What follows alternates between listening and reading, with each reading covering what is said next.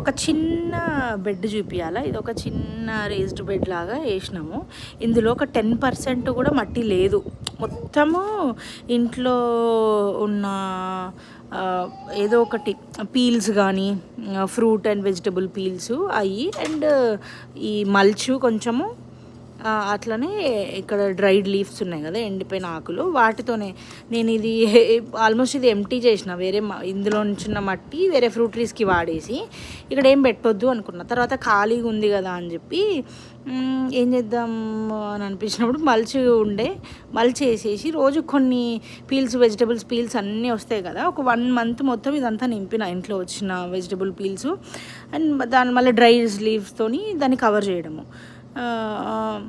Almost April వరకు ఇదంతా fill చేసినాక ఆ ప్లాంట్స్ పెట్టిన. ఇప్పుడే తోటకూర కోసిన, చాలా పెద్దగా వచ్చింది. కోసిన తర్వాత మీకు ఇదంతా ఎంటీ అయింది. కానీ చాలామంది అనుకుంటారు కాంపోస్ట్ చేసినప్పుడు ఇంట్లోకి ఎక్కువ ఈగలు వస్తాయి కదా అని చెప్పి చేయకుండా ఉంటారు. బట్ ఇప్పుడు చూస్తున్నారా, అంటే అంత ఇప్పుడు పెట్టి ఆల్మోస్ట్ 2 months అవుతుంది.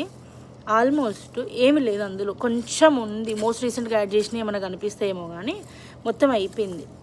చూస్తే ఎంత మంచిగా అయిందో. సో ఇంకా దీనికి ఎక్కువ మళ్ళీ న్యూట్రియంట్స్ అవసరం లేదు. ఇందులో పెట్టిన వాటికి మళ్ళీ ఏం వేయాల్సిన అవసరం లేదు. ఇప్పుడు ఇది ఇప్పుడే పెట్టిన ఫ్రెష్గా బనానా పీల్. సో ఇది కూడా అయిపోతుంది ఎండలకి, వెంటనే కంపోస్ట్ అయిపోతుంది. చెట్టు కూడా యూజ్ చేసుకుంటుంది. అంటే కాంపోస్ట్ బిన్లో కంటే ఇట్లా చేస్తే చాలా తొందర అవుతుంది. నేను మోస్ట్లీ కాంపోస్ట్ బిన్ అంతా ఫిల్ అయినాక ఇట్లా చేయడానికి ట్రై చేస్తా. ఎక్కడైనా గార్డెన్లో కనిపిస్తే ఇట్లా పెట్టేస్తా.